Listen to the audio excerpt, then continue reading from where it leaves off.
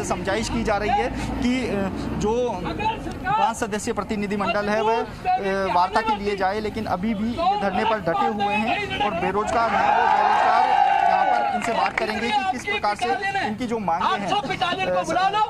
मुकेश, आज ये फैसला क्यों लिया है? क्योंकि सर हम 30 दिन से बैठे हैं, सरकार संवेदनशीलता का परिचय देती है और कानून जो किसान लड़ाई लड़ते हैं उनको कहती है आप लड़ो, हम आपके साथ हैं, जबकि बीएससी विद्यार्थी 30 दिन से बैठा है और जो एक ऑप्शन था विकल्प रोजगार का वो छीन लिया गया, वो छिनाने का प्रयास कर रही है। एजी साहब को जाने का समय नहीं है जोधपुर के पास, बीएससी विद्यार्थी 4 लाख परिवार से मिलने के लिए समय नहीं है, जो कि मुख्यमंत्री जी गांव प्रशासन संघ जाते हैं, वार्ता करते हैं, जन सुनवाई करते हैं, जबकि बीएससी विद्यार्थियों की। महेंद्र, आज सड़क पर उतरने का क्यों फैसला लिया गया? फैसला लिया गया, तारीख पर तारीख दे रही है सरकार, मजबूत पैरवी नहीं कर रही।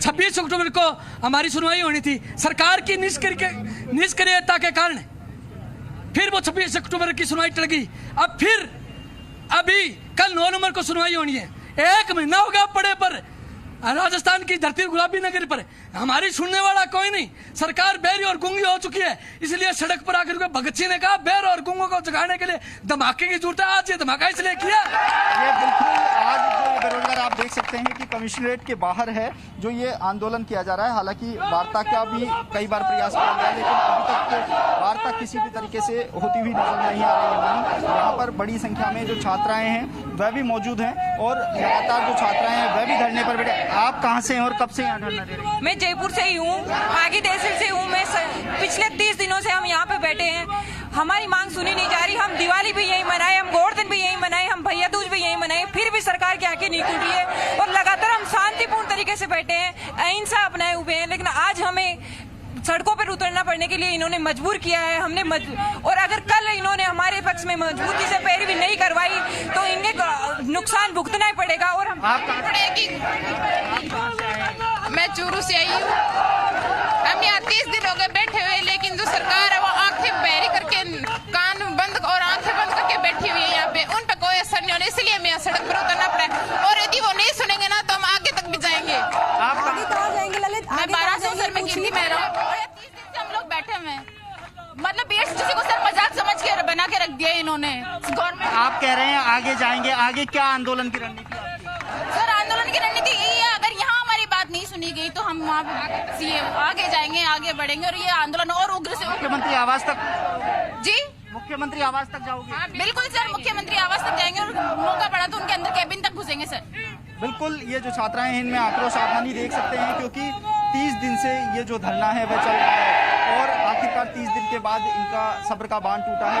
देश भर के विभिन्न हिस्सों से ये बेरोजगार हैं, वह आए हुए थे। आप देख सकते हैं कमिश्नरेट के बाहर ये बैठे हैं और अब जाम की स्थिति है वह यहाँ पर बनती जा रही है, क्योंकि कमिश्नरेट के बाद अगर बात करें यहाँ पर पुलिस प्रशासन की तैनात था, लेकिन ये बेरोजगार बैरिकेडिंग तोड़कर सिविल लाइन की ओर कूच करे, लेकिन अब पुलिस प्रशासन द्वारा इनको कमिश्नरेट के बाहर ही रोक दिया गया है। साथ ही अब ये यहाँ पर धरने पर बैठ गए हैं। हालांकि इनसे वार्ता की गई कि 5 सदस्यीय प्रतिनिधिमंडल वार्ता के लिए जाए, लेकिन अब इनको आश्वासन नहीं, परिणाम चाहिए। कल हाईकोर्ट में इस मामले की सुनवाई होनी है। इनका यही कहना है कि सरकार की ओर से मजबूत पैरवी के लिए एजी साहब को वहां पर भेजा जाए और जब तक एजी की ओर से, सरकार की ओर से इनके पक्ष में मजबूत पैरवी नहीं की जाएगी तब तक इनका ये आंदोलन ऐसे ही जारी रहेगा और ये तब तक सड़कों पर बैठे रहेंगे। जी मनी।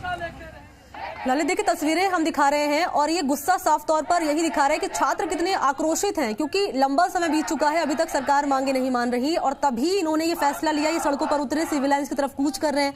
कुछ छात्रों से आपने बातचीत की, वो ये कह रहे हैं कि अगर मांगे नहीं माने तो मुख्यमंत्री तक हम पहुंच जाएंगे, उनके आवास तक पहुंच जाएंगे। सरकार की तरफ से अभी कोई सामने आया है, कोई मंत्री या कोई नेता फिलहाल यहाँ पर कि चलिए ठीक है थोड़ा मामला हम शांत करा लेते हैं या कुछ मांगे हम मान लेते हैं, फिलहाल कोई कोशिश अभी फिलहाल की तरफ से, सरकार की तरफ से कोई नजर आ रही करती हुई?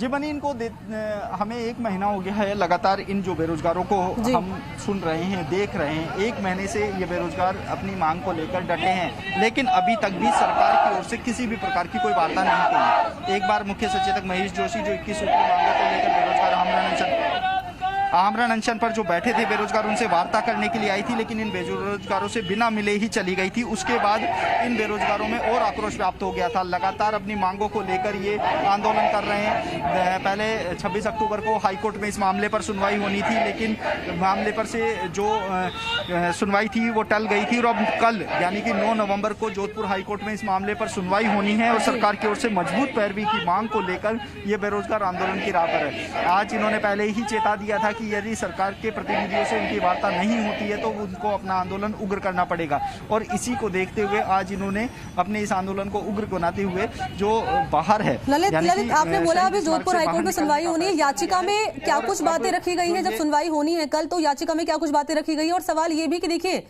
जब ये छात्र सड़कों पर उतरे तो जाहिर तौर पर परेशानी भी होगी आम लोगों को, तो ऐसे में पुलिस को क्या कुछ निर्देश दिए गए हैं स्थिति को कंट्रोल में करने के लिए, अगर ये आगे आंदोलन और होता है तो?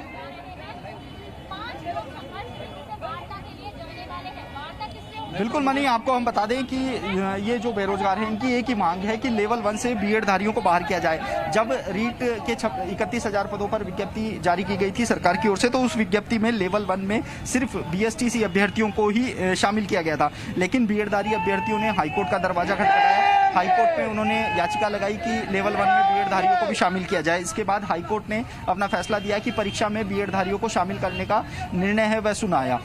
इसके बाद ही बीएसटीसी अभ्यर्थियों में काफी आक्रोश व्याप्त था कि लेवल 1 में अब तक सिर्फ बीएसटीसी अभ्यर्थियों का ही हक रहा है।